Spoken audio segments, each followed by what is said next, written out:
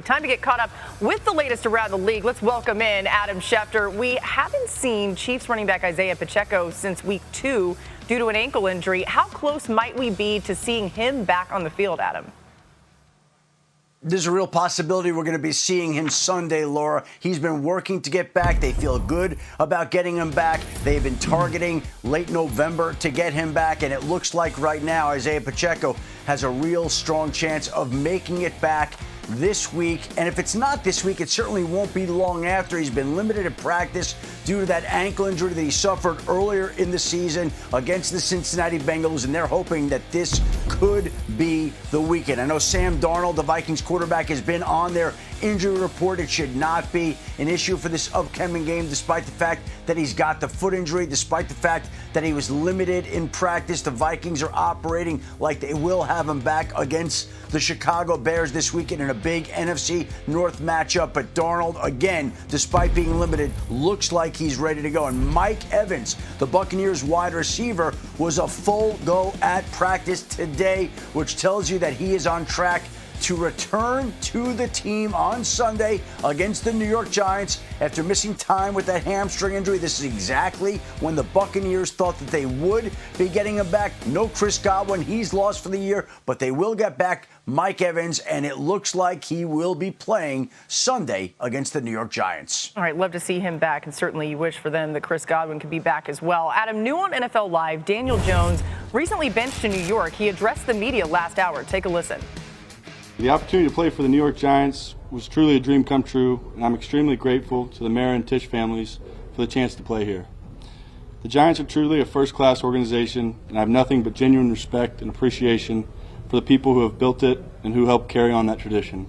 There have been some great times, but of course, we all wish there had been more of those. I take full responsibility for my part in not bringing more wins.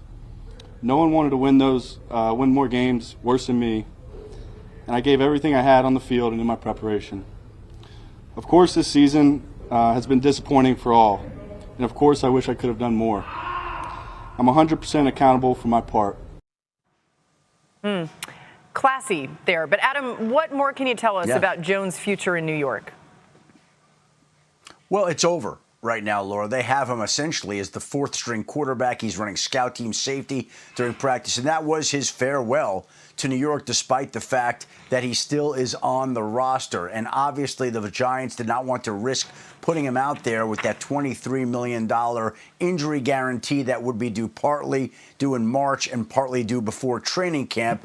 And so right now they are going with Tommy DeVito at quarterback. They are going with Drew Lock as his backup and Tim Boyle as the third-string quarterback, relegating Jones to a role that, barring the unexpected, the unforeseen, he will not play again with the Giants. It is over for him, and that was his way of saying goodbye in the classy way that he did it today without the Giants and he being unable to revise his contract in a satisfactory way. It looks like he is done playing for the New York Giants. All right, we'll keep an eye and see if he lands somewhere else in the future. Just flying around, creating chaos, getting turnovers, stuff like that. And that's a huge job for the defense to do, for those guys to keep the offense off the field, creating turnovers.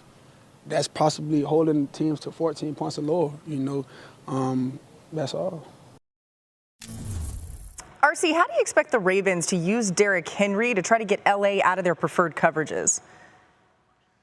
Man, they better run it, and run it. This is a team, and Mina and I talked about this on Friday, that majors in big nickel. And now in this day and age, Derwin James is as physical and as big as many of the linebackers we see week in and week out. But they play two high safeties with Molden and Gilden on the back end. And so if you can get them out of those two high safeties by running the ball, using quarterback run with Lamar Jackson as well in the zone read, now you have an opportunity to play on the outside with some of these corners in man-to-man like Fulton and Cam Hart, and also some of the younger players that they bring in that we watch Jamar Chase and T. Higgins have success against one-on-one.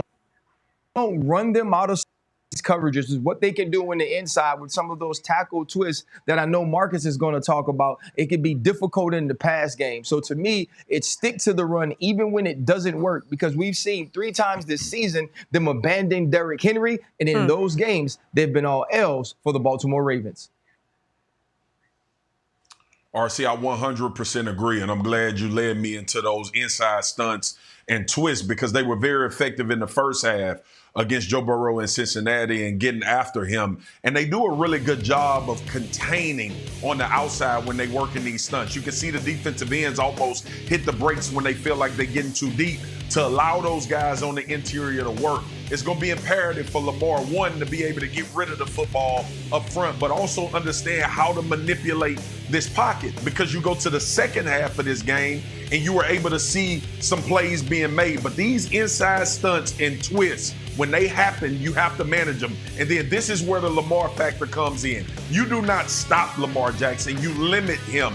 And if you allow this play extension that we saw from Joe Burrow when they were mounting this comeback in the second half, these are the type of explosive plays that can hamper what they do defensively with the Chargers. I'll be interested to see if they try that in this particular game, but if they do, it better be all 4 or 5 guys on the same page, making sure you keep contained on Lamar Jackson.